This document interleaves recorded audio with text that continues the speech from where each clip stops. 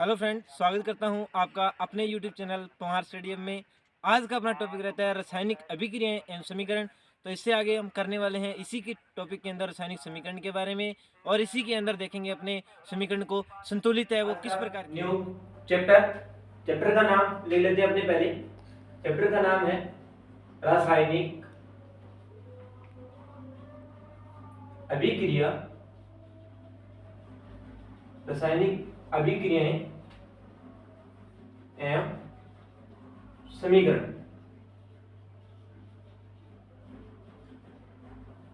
तो अपने बात करते हैं जो अपनी आता है, पहला आता है अपना कौन, जो रासायनिक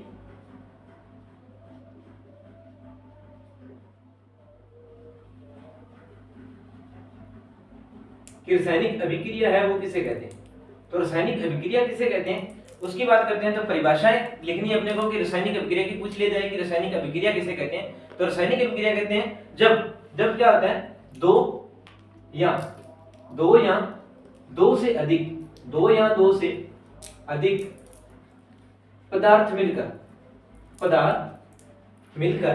दो या दो से अधिक पदार्थ मिलकर उत्पाद का निर्माण करते हैं। उत्पाद का निर्माण करते हैं उसे रासायनिक अभिक्रिया कहते हैं। जब क्या होता है, दो उत्पाद, दो यानी कि अभिकारक, दो अभिकारक मिलकर, दो अभिकारक की बात करते हैं। तो मानो कि कोई ए अभिकारक है मेरे पास और ये बी, ये दो क्या हो गए मेरे, ये दोनों के दोनों अभिकारक हो गए मेरे, ठीक है। ये हुए अपने दोनों की दोनों अभिकारक। तो अभिकारक दो या दो से अधिक अभिकारक मिल चुके, तो इन दोनों के मिलने से क्या होता है, ए बी। तो ये क्या बना अपने पास, जो उत्पाद बनता है, इसे अपने बोलते हैं जो रासायनिक अभिक्रिया। रासायनिक अभिक्रिया का मतलब दो या दो से अधिक पदार्थ मिलकर क्या बनाया, एक नए पदार्थ का निर्माण कर देते हैं, उसे अपने बोलते हैं रासायनिक अभिक्रिया। तो अभी रासायनिक अभिक्रिया के बाद अपना आता है जो अभिकारक और उत्पाद की बात करते हैं। तो अभिकारक क्या होता है और उत्पाद क्या होता है उसके बारे में अपने पढ़ेंगे अभी। तो अभिकारक की मैं बात करूं यदि, तो अभिकारक देखो, तो आता है अपना क्या, अभिकारक। तो अभिकारक क्या होता है, अभिकारक होता है अपना कि जब क्या होता है कि दो मानो कि अभिकारक जो मिलकर, अभिकारक यानी कि दो, जो क्या करता है रासायनिक अभिक्रिया में भाग लेते हैं। तो रासायनिक अभिक्रिया में क्या होता है कि रासायनिक अभिक्रिया में भाग लेने वाले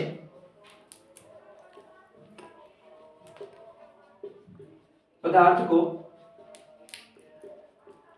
अभिकारक कहते हैं। जो क्या करते हैं, रासायनिक अभिक्रिया में भाग लेते हैं। मानो कि दो अभिकारक की बात करें तो अपने लिए क्या होगा कि जैसे मैं बनाता हूं कि कोई मैग्नीशियम है, वो क्या होता है ऑक्साइड, ये मैग्नीशियम सॉलिड अवस्था में है और ये यहां पर मेरे पास कौन सी है, गैसीय अवस्था है। इसकी सॉलिड अवस्था है, ये क्या है अपनी गैसीय अवस्था है। तो ये दोनों इस इक्वेशन के लिए या इस समीकरण के लिए क्या होते हैं, अभी अपने अभिकारक है वो होते हैं, अभिकारक होते हैं। और इनसे जो बनकर बनता है अपना, वो क्या होता है, उत्पाद होता है, वो बनता है अपना MgO।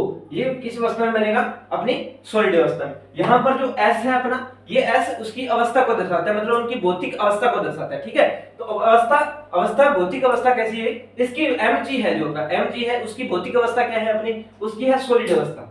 सॉलिड मतलब ठोस अवस्था है, यहां पर क्या है उसकी ठोस अवस्था है। और यहां पर G है, वो प्रदर्शित कर रहा है उसकी अवस्था कौन सी को, गैसीय अवस्था को, वो प्रदर्शित करता है उसकी गैसीय अवस्था को। और यहां पर ये S तो आपको बता दिया मैंने कि ये क्या होता है, सॉलिड अवस्था। तो सॉलिड है वो क्या बनता है, MgO मैग्नीशियम ऑक्साइड बना देता है, ठीक है। तो इसे बोलते हैं अपने अभिकारक। तो अभी मैं उत्पाद की बात कर लेते हैं। तो उत्पाद की परिभाषा यदि पूछ ली जाए तो वो क्या है, तो उत्पाद मैं लिख ही देता हूं कि उत्पाद क्या होता है।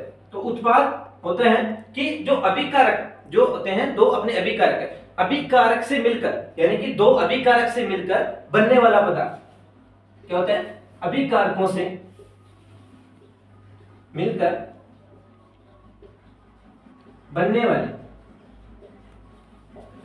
वाले पदार्थ को क्या बोला जाता है, उत्पाद बोला जाता है, उत्पाद कहा जाता है। तो उत्पाद किसे कहते हैं, अभिकारकों से मिलकर बनने वाले जो भी पदार्थ होते हैं उसे अपने क्या बोलते हैं, उत्पाद बोलते हैं। ठीक है, तो अभी अपने करते हैं इसको रेस, आगे बढ़ेंगे अपने किसके बारे में कि रासायनिक अभिक्रिया तो पढ़ लिया, अभी बात करते हैं रासायनिक समीकरण की। रासायनिक समीकरण क्या होता है, तो रासायनिक समीकरण, रासायनिक समीकरण है वो क्या क्या होता है, रासायनिक समीकरण होता है जब क्या होता है, जिससे क्या होता है कि रासायनिक समीकरण अभिकारकों व उत्पाद, क्या होता है जो अभी भी लिखा है अपने ने, क्या होता है कि अभिकारक व उत्पाद, अभिकारक व उत्पाद जो होते हैं उनसे बनने वाले समीकरण, उनसे बनने वाले समीकरण, अभिकारक या उत्पाद, उत्पाद जिसको प्रदर्शित करने के लिए, प्रदर्शित करने के लिए क्या करते हैं, एक सूत्र का उपयोग, एक सूत्र का उपयोग किया जाता है, एक सूत्र का उपयोग किया जाता है, उसे अपने क्या बोलते हैं, रासायनिक समीकरण बोलते हैं, रासायनिक समीकरण बोला जाता है। ठीक है, तो रासायनिक समीकरण की बात आगे बता अपने को लगी कि रासायनिक समीकरण किसे बोलते हैं। जैसे मैंने लिख दिया क्या, मैग्नीशियम, क्या होता है, जैसे कि मैग्नीशियम है अपना, क्या है अभी, magnesium plus oxygen, plus oxygen, वैसे तो अपने इसे लिखते हैं लेकिन बनता क्या है अपना, मैग्नीशियम ऑक्साइड बन जाता है, मैग्नीशियम ऑक्साइड बन जाता है, मैग्नीशियम ऑक्साइड बन गया। तो इसे अपने क्या करेंगे, जैसे अपने को यहाँ पर अपने लिखा है हिंदी में इसको क्या, मैग्नीशियम है और ऑक्साइड है, इसको क्या करते हैं, जिस सिंबल से प्रदर्शित किया जाता है, सिंबल मतलब क्या होता है, सिंबल का मतलब तो आपको पता होगा, सिंबल मतलब कि चिन्ह है, सिंबल क्या होता है, चिन्ह, चिन्ह मतलब कि मैग्नीशियम को किस चिन्ह से प्रदर्शित करते हैं, तो मैग्नीशियम को करते हैं अपने Mg से प्रदर्शित करते हैं। ठीक है, Mg से प्रदर्शित करते हैं। और ऑक्सीजन की बात करूं तो ऑक्सीजन को अपने करते हैं O2 से प्रदर्शित। तो ये क्या हो गए, ये दोनों की, इसको मैग्नीशियम को लिख दिया Mg और ऑक्सीजन को लिख दिया O2। ठीक है, और मैग्नीशियम ऑक्साइड यानी कि ये बन गया अपना MgO, ये मैग्नीशियम ऑक्साइड। यदि बात करता हूं तो यहाँ पर ये ऑक्सीजन के दो अणु भी आगे बना देता है अभी। ठीक है, तो ये मैग्नीशियम ऑक्साइड बन गया। और किस अवस्था में बनेगा, तो अवस्था की बात करता हूं तो ये सॉलिड अवस्था हो जाती है, और यहाँ पर ये इसकी गैसीय अवस्था हो जाती है। और ये मैग्नीशियम अपने को किस अवस्था में मिलता है अभी, सॉलिड जो है अभी सॉलिड अवस्था में मिलता है। ठीक है, इसके बाद रासायनिक समीकरण का पता लग गया होगा कि अभिकारक व उत्पाद जिसको प्रदर्शित करने के लिए एक सूत्र का उपयोग किया जाता है उसे अपने क्या बोल देते हैं, रासायनिक समीकरण है वो बोल देते हैं अभी। ठीक है, इसके बाद अपना टॉपिक आ जाता है आगे, रासायनिक समीकरण है उसका पता कैसे चलेगा कि रासायनिक अभिक्रिया है वो संपन्न हो चुकी है अपनी ना, तो उस चीज को अपनों को पता लगाना चाहिए। तो उस चीज को पता लगाने के लिए अपना ये टॉपिक आ जाता है आगे, क्या आता है कि रासायनिक समीकरण, रासायनिक समीकरण का को पहचानना, रासायनिक समीकरण को पहचानना है ना। रासायनिक समीकरण को पहचानना कैसे, तो रासायनिक समीकरण है वो पूर्ण हो चुकी या नहीं हो चुकी उसको किस प्रकार से पहचाना जा सकता है। तो पहली है अवस्था में परिवर्तन, इसके अंदर पहला आ जाता है कौन सा अपना, अवस्था में परिवर्तन, अवस्था में परिवर्तन, अवस्था में परिवर्तन हो गया। तो अवस्था में परिवर्तन हो जाएगा तो क्या हो जाएगा, वो क्या हो जाएगी, रासायनिक समीकरण है वो क्या हो जाएगी, कंप्लीट हो जाएगी अपनी। फिर बात करता हूं इसी के अंदर, जैसे अवस्था में परिवर्तन हो गया, फिर आ जाएगा उसके ताप में परिवर्तन हो सकता है, ताप में परिवर्तन। फिर नंबर 3 आ जाता है ना, ऊष्मा में परिवर्तन।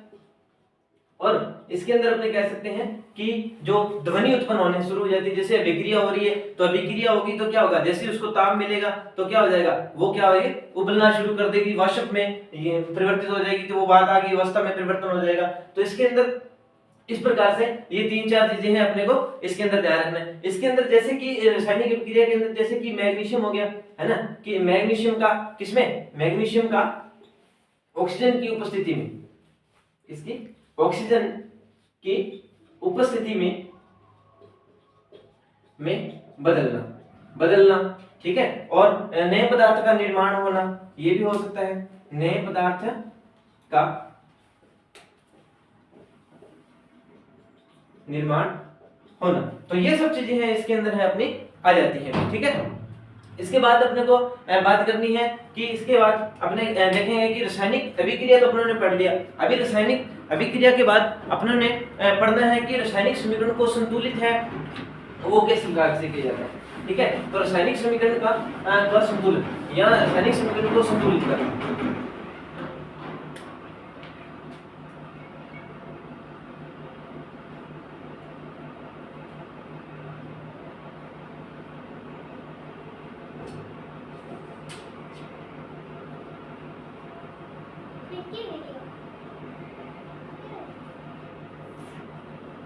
तो अभी अपनों ने सीखना है कि रासायनिक इक्वेशन को संतुलित है वो किस प्रकार है वो किया जाता है।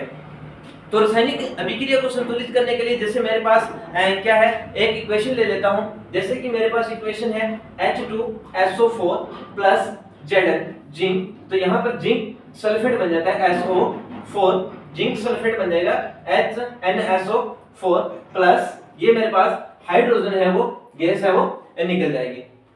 ठीक है, ये हाइड्रोजन गैस है वो मेरे पास है वो निकल जाती है। तो यहाँ पर ये इक्वेशन क्या है, अपनी संतुलित इक्वेशन है। ये इक्वेशन मेरी क्या है भाई, संतुलित इक्वेशन है वो NO3 plus HNO3 plus CaOH2 की ट्वाइस। यहाँ पर मेरे पास बन जाता है calcium nitrate NO3 plus H2O plus general. तो ये इक्वेशन है, ये तो मेरी इक्वेशन क्या है, संतुलित इक्वेशन है। ये तो मेरी समीकरण है वो क्या है, संतुलित समीकरण है। और ये क्या है, असंतुलित इक्वेशन। यहाँ पर इनका क्या होना, संतुलित इक्वेशन है वो नहीं है। तो इस इक्वेशन को क्या करना है, अपने को संतुलित करना है। तो वो सीखते हैं अपने कि इक्वेशन को संतुलित है वो किस प्रकार से किया जाता है।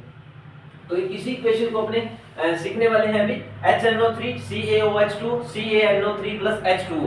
तो इस इक्वेशन को मैं थोड़ा ऊपर लिख लेता हूँ, HNO3 प्लस CaOH2 की thrice plus CaNO3 plus H2O। ये मेरे पास क्या आ जाती है, एक इक्वेशन आ जाती है अभी। ठीक है, तो इसको संतुलित करना है वो किस प्रकार से करेंगे। तो क्या है, अपने जैसे ये अपने पास क्या है HNO3। तो यहाँ पर संतुलित करने के लिए अपने को पहले इस प्रकार से एक बॉक्स बना लेना है कि जैसे H है, इसकी संख्या कितनी है, इसके अंदर 1 है। फिर N की संख्या, नाइट्रोजन कितनी संख्या है इसकी, 1 है। और ऑक्सीजन यानी कि O के अणु कितने हैं इसके अंदर, ये है 3 है। फिर बात करते हैं हम इसी के आगे जो अपने कैल्शियम की Ca है, Ca की संख्या कितनी है इसके अंदर, 1। ठीक है, O की संख्या कितनी हुई इसके अंदर, 3। ठीक है, CaOH2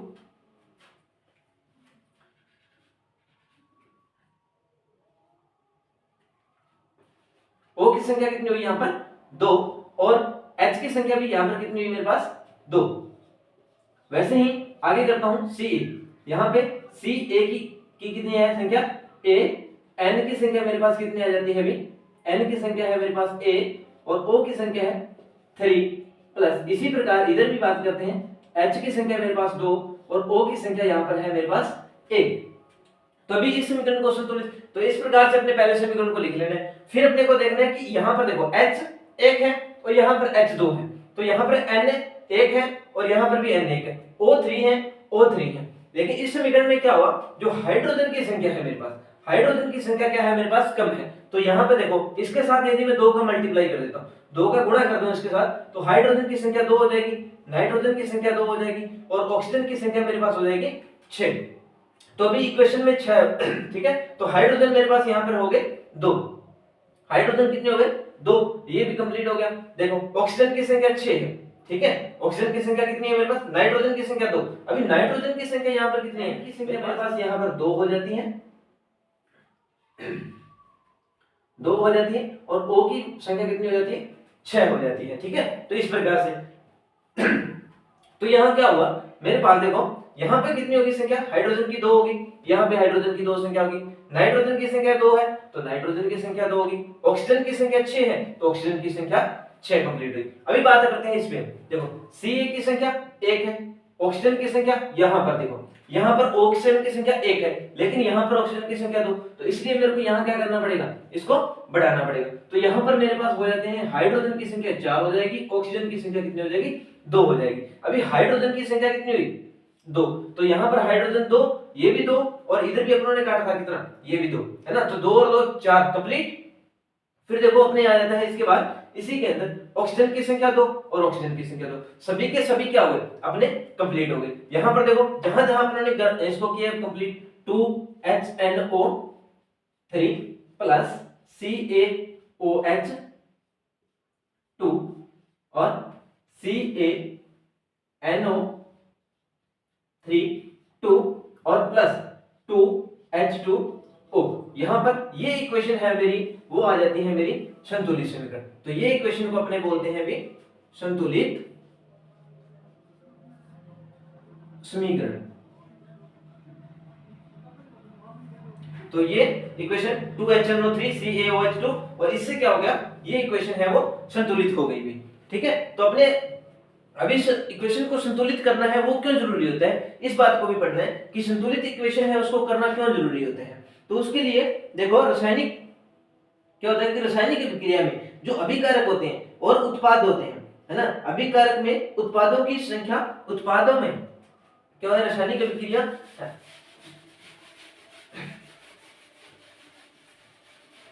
संतुलित करना, आगे लिखो कि क्यों आवश्यक है, क्यों आवश्यक है। तो आवश्यक की बात करते हैं कि क्यों आवश्यक है, तो अपने को इसके अंदर क्यों आवश्यक होती है अभी, तो इसके अंदर क्या होता है, जो अभिकारक क्या होता है कि अभिकारक व उत्पादों की संख्या,